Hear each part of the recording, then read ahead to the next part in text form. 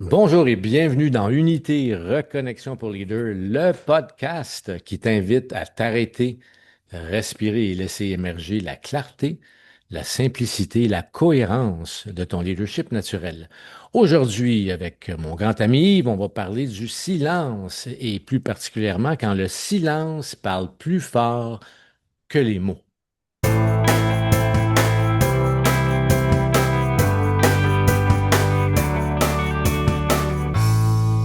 Alors, Yves, le silence, on dit que c'est l'espace où la vérité respire. Est-ce qu'on peut apprendre à laisser parler le silence? Oui, on peut apprendre ça. C'est pas tout le temps évident, par exemple, surtout dans une réunion où on le sait, là, tous ceux qui ont déjà été en réunion, puis lorsqu'il y a un silence de 10-15 secondes, il y a comme une espèce de malaise qui peut s'installer. Ouais, ça Euh, dérange. oui, c'est ça, Ouais. ça vient nous affecter. On a besoin de combler l'espèce de silence qui est là parce que ça devient insupportable. Et pour la plupart du temps, ben, lorsqu'on se rend compte que qu'est-ce qui est insupportable dans le silence, ben, c'est souvent d'être avec Ça soi, révèle quelque chose qui est présent qu'on ne va pas nécessairement voir la plupart du temps. Oui, tandis que quand il y a un feu roulant d'une conversation, c'est-à-dire, bon, il y a diverses opinions qui sont lancées à droite et à gauche, ben, ça fait partie de ce qu'on est habitué de faire et on développe certaines habitudes, puis on essaie de rester dans ces habitudes-là parce que l'ego est hyper confortable dans les habitudes. Mais quand il arrive une conversation très différente où il y a des silences, ben, on ne sait pas vraiment quoi faire avec ça. C'est un peu, je te dirais, la même situation qui va arriver lorsqu'une une personne va craquer un peu dans une réunion, va se mettre à pleurer. Ça crée un immense malaise autour de la table parce qu'on n'est pas bien avec ça. Donc, qu'est-ce qui fait qu'on n'est pas bien avec ça? Donc, le premier élément qu'on doit regarder là-dedans, c'est qu'est-ce qui fait que je ne suis pas bien avec le silence? Qu'est-ce qui fait que je ne suis pas bien avec quelqu'un qui va vivre une émotion forte? Mais là, on parle de silence. Donc, qu'est-ce qui fait que je ne suis pas bien avec le silence? Donc, il se passe plein de choses dans ma tête. J'ai juste le goût de parler. J'ai le goût ou que quelqu'un parle pour continuer le flot de la conversation. Mais il y a beaucoup, beaucoup de choses intéressantes dans le silence. Puis ce que je dirais, moi, c'est que une des premières choses qui est intéressante là-dedans, c'est que dans le silence, il n'y a pas d'opinion émise. Et le fait de ne pas émettre d'opinion et de rester en silence, je peux avoir une posture beaucoup plus d'observation de ce qui est en train de se passer devant moi. Et je reste dans le silence et là, whoop, quelqu'un va prendre la parole ou une deuxième personne va renchérir, etc. Et on est capable de voir à ce moment-là ce qui est intéressant là-dedans. Est-ce qu'on continue dans la même conversation ou là, on fait du bruit finalement? On fait du bruit pour justement enterrer le propos principal de la conversation et fuir la conversation qui pouvait porter en elle un certain malaise. Hmm. Donc, le silence, si j'ai de la difficulté à rester en silence, c'est qu'il y a un malaise en quelque part. C'est comme, il faut que je remplisse cette espèce de vide-là. Le silence et le vide, on pourrait quasiment dire que ça s'apparente en quelque part, mais si le vide est apeurant, c'est qu'il y a quelque chose dedans. Qu'est-ce qu'on retrouve? Avec tous les coachings que tu as pu offrir à travers ta carrière, qu'est-ce qui ressortait le plus quand quelqu'un avait de la difficulté avec le silence, tu te retrouvais dans ces conversations-là? Est-ce que c'est un malaise personnel, un malaise avec sa propre expression, avec le leadership? Qu'est-ce qui est présent qui fait qu'on ne peut pas Ben, aller là? je l'ai vécu il n'y a pas tellement longtemps, d'ailleurs avec une personne, puis qu'elle me parlait, et à un moment donné, on voit là, dans la face de la personne là, les yeux venir un peu vitreux, là, qui se remplissent d'eau un peu. Puis j'ai simplement dit, parle-moi de ce qu'il y a dans tes yeux, là. Puis j'ai arrêté de complètement de parler. Puis là, la personne ne parlait pas, elle était mal à l'aise avec ça. Puis là, elle s'est mise à parler, mais à parler à une vitesse incroyable, là. Elle parlait, elle parlait sur un sujet qui était légèrement différent où ce que je cherchais à l'amener pour qu'elle puisse révéler qu'est-ce qui était là, qui était son blocage principal.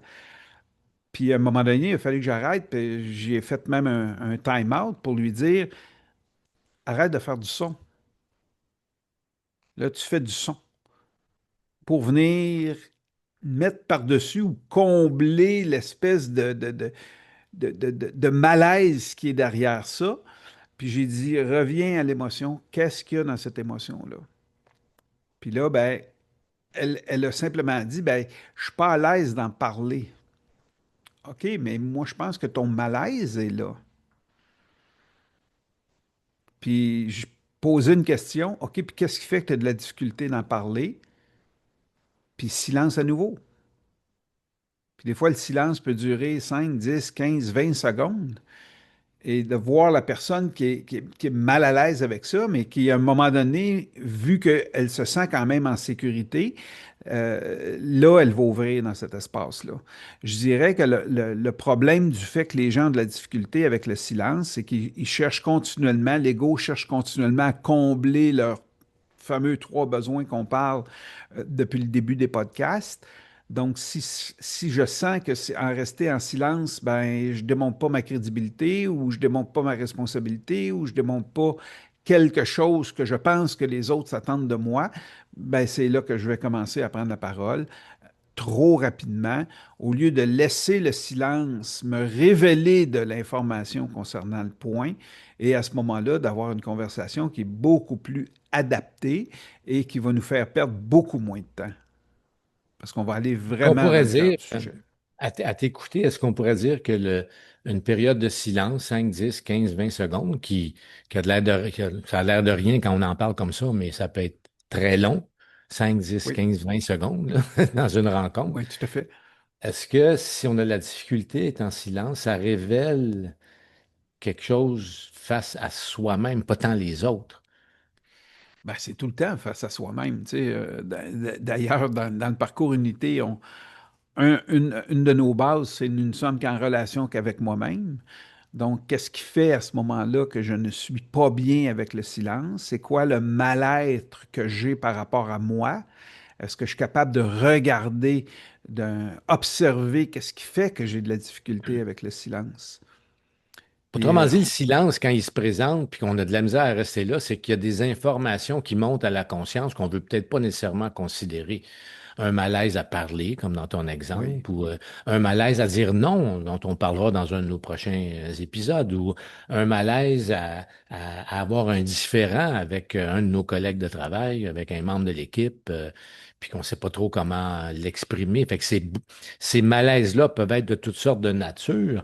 Mais s'il y aurait une invitation à faire dans ce podcast par rapport au silence, premièrement, c'est d'explorer la prochaine fois qu'il y a un silence. Est-ce que je cherche à le combler? Est-ce que je suis pas bien oui. avec le fait qu'il y ait un silence? Parce que ça, c'est une grande porte d'entrée au leadership naturel qui est caché sous une pile de on va parler, on va remplir l'espace, on va dire quelque chose, on ne peut pas rester là. Ben, c'est exactement ça. Le bruit mental, je devrais dire, là, si on peut l'appeler comme ça, cette Hmm. espèce de conversation sans arrêt que j'ai dans ma tête, que je veux parler, je veux donner de l'information, je veux dire des choses, au lieu de rester dans le silence. Et c'est pour ça, Luc, que tu fais probablement ça, toi aussi, avec tes clients, à un moment donné où tu poses une question, puis je vais te poser une question, je veux pas que tu répondes. Oui, tout à fait. C'est une très bonne question. Tout à fait. Et tu dis à la personne, bon, ben, reste avec ça. Et là, whoop, pendant 5, 10, 15, 20 secondes, ni un ni l'autre parle. Et là, whoop, là, je peux passer le pilote automatique puis aller voir derrière qu'est-ce qui se cache là. Oui, puis je peux le dire d'une façon personnelle aussi à quoi ça ressemble pour avoir moi-même avoir eu des périodes où j'avais des difficultés avec le silence, surtout si j'animais une Hmm. conférence, un atelier, un workshop quelconque, là. Puis là, il y a un silence, puis il faut que je dise de quoi? Hey, je suis l'animateur. Il faut quand Hmm. même que je rentre, tu sais, je leur en donne pour leur argent ou peu importe, mais dans mon cas, c'était ça. Puis bon, j'ai fait ce qu'il faut pour aller voir qu'est-ce qu'il y avait là pour moi. Puis j'ai pu donc voir qu'il y avait quelque chose d'incomplet en moi par rapport à juste être là. comme si c'était pas assez. Il fallait remplir avec du bruit, comme tu disais tantôt. Ça, c'était moi. Mais j'invite nos auditeurs à s'arrêter un instant et aller voir qu'est-ce qui fait que moi, j'ai de la difficulté avec le silence. C'est sûr que ça révèle de quoi qui a une grande valeur une fois qu'on le trouve, parce que une fois que c'est fait, on peut tellement en profiter de ce silence-là pour ressentir ce qui se passe en nous, ressentir ce qui se passe chez nos collègues, puis peut-être, puis tu es allé vers ça un peu tantôt, avoir une conversation qui part ailleurs, puis qui est beaucoup plus productive, parce que là, on est capable de dire, écoutez, ça fait 10 secondes qu'on est en silence, j'ai déjà été mal à l'aise avec ça, mais en ce moment, Antoine, j'essaie de te sentir, là, puis je te sens pas. Là, t'es où, toi, là? On va amener d'autres types de conversations qui, enfin, pourraient nous permettre de pas juste être dans notre tête, d'aller chercher Oui. l'information de l'émotionnel, chercher l'information de notre instinct, d'autres zones d'information que juste la cognition.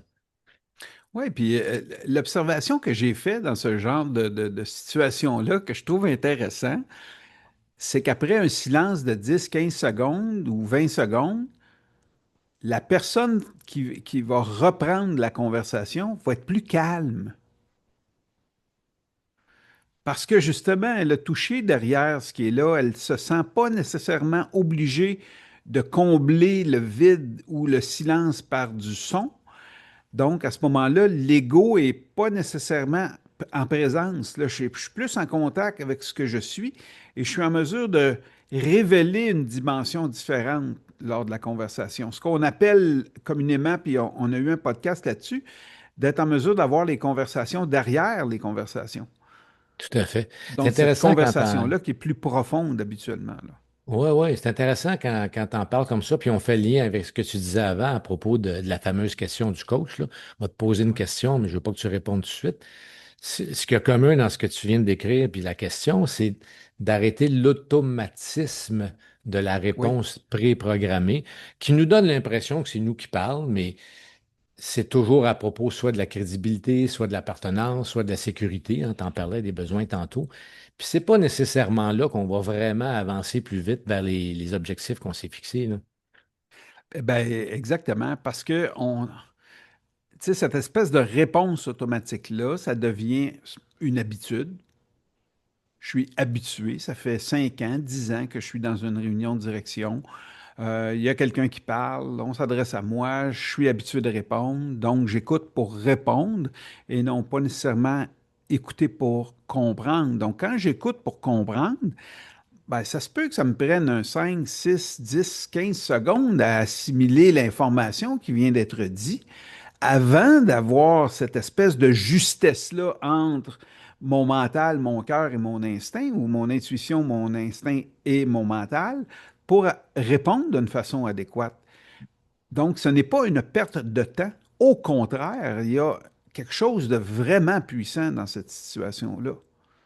On pourrait même parler de cultiver le silence, on se donne-tu de l'espace en tant que leader pour prendre un recul avant de répondre? C'est rare.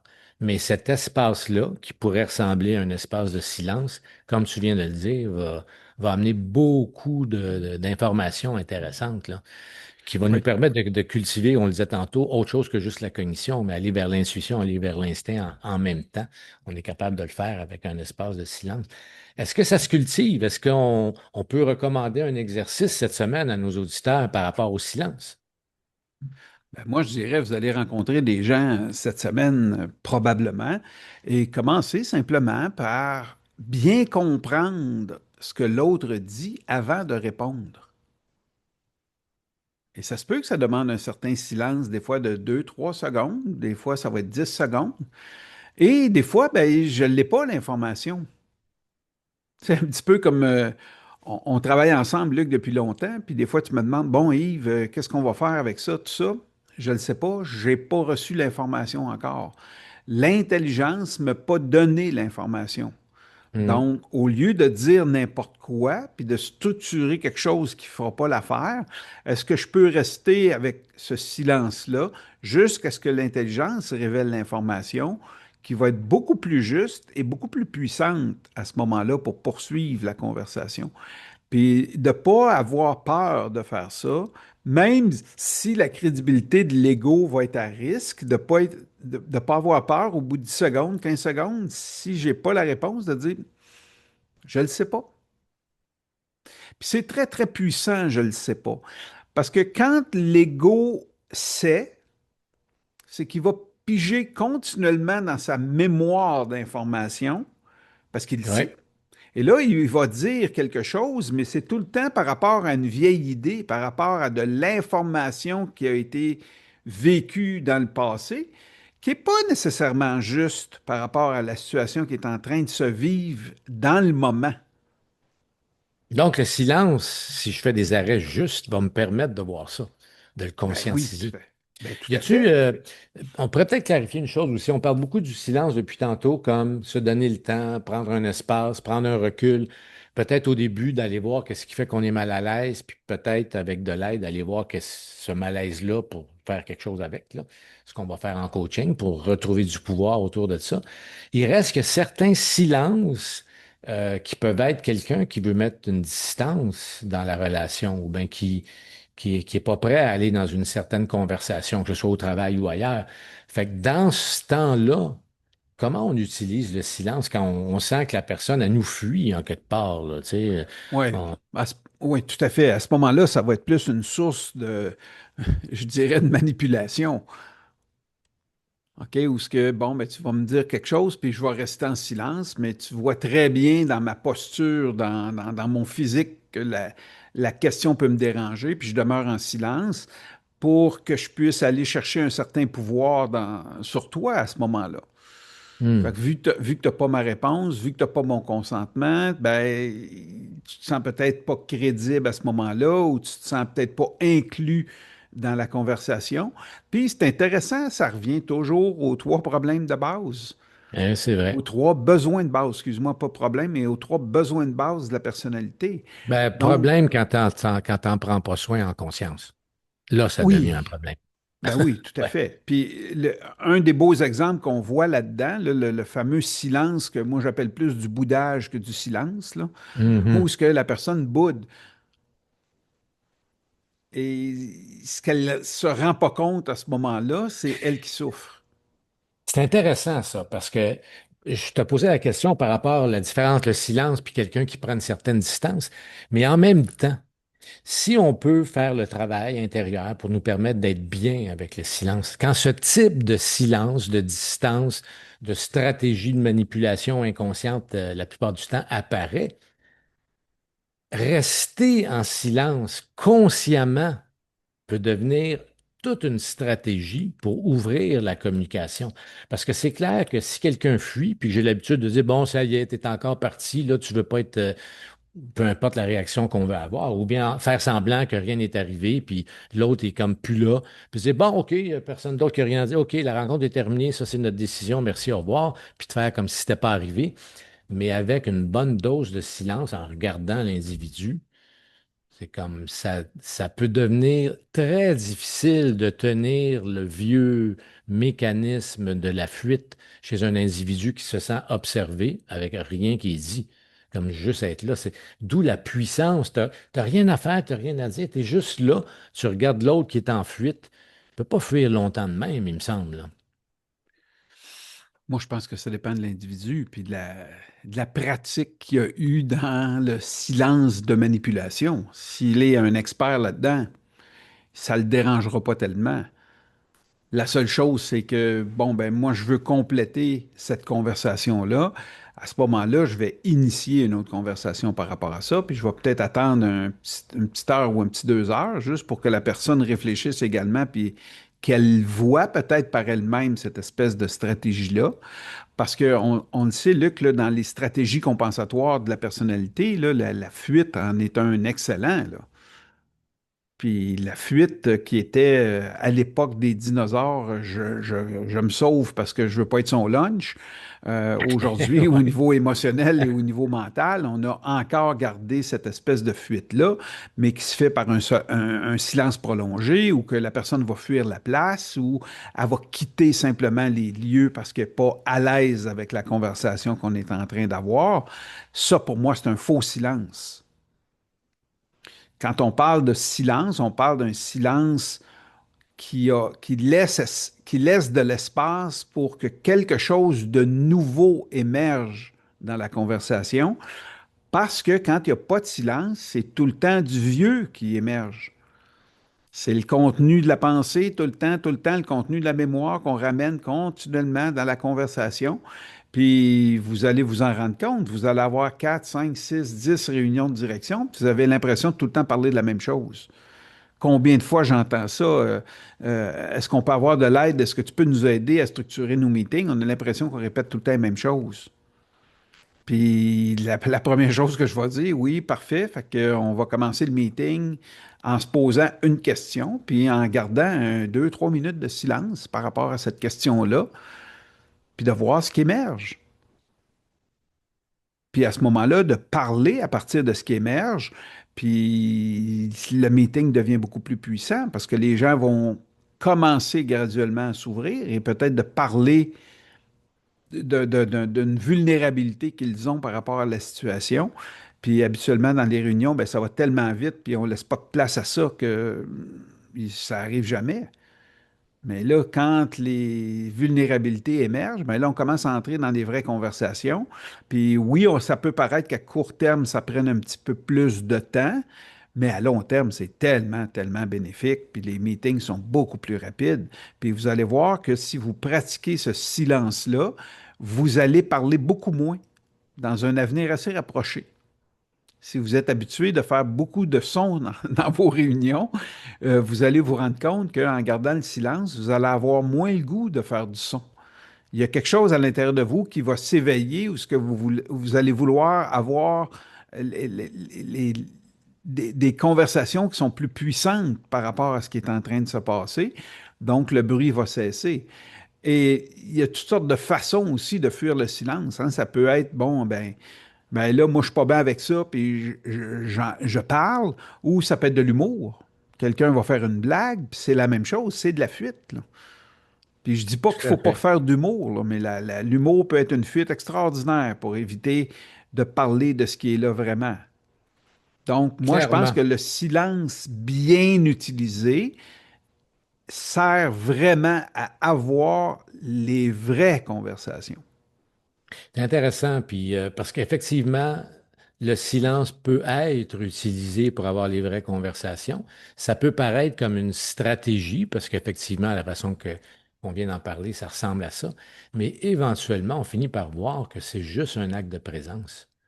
C'est comme tu n'es pas en train de ah là, on va tout se taire pour essayer de. Non, c'est comme Ouais. tu sens que c'est ça, c'est pas une manipulation, une nouvelle forme de Non. manipulation. C'est de ressentir que là, on est trop plein, on parle de n'importe quoi, OK, on s'arrête, on va respirer 30 secondes ensemble. Donc, en conclusion, le silence, s'il nous fait peur, allons voir qu'est-ce qu'il y a derrière.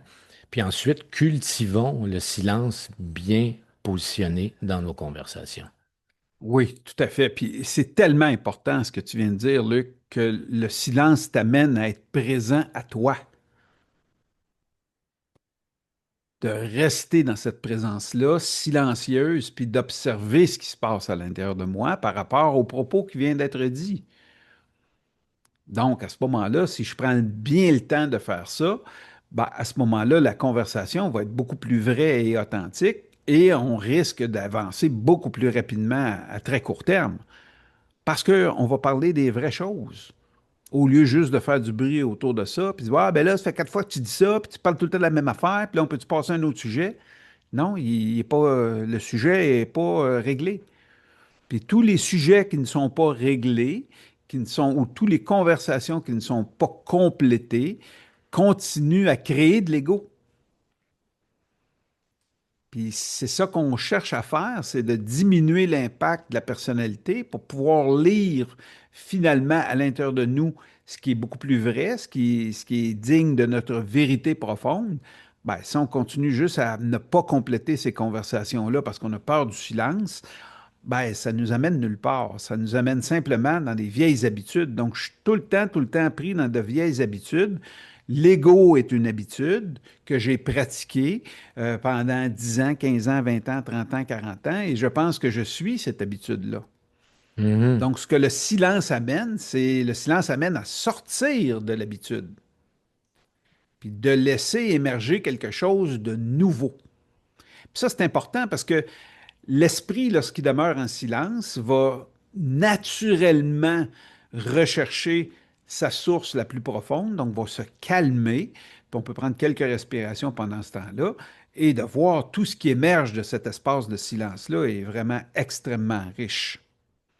Donc, moi, je vous invite fortement à pratiquer le silence, mais pas pratiquer le silence parce que Yves Plourde et Luc Cardinal l'ont dit, mais pratiquer le silence juste pour rester avec soi en pleine réunion, rester avec soi, rester avec les autres, être présent là pour voir qu'est-ce qui peut émerger de nouveau par rapport à la situation.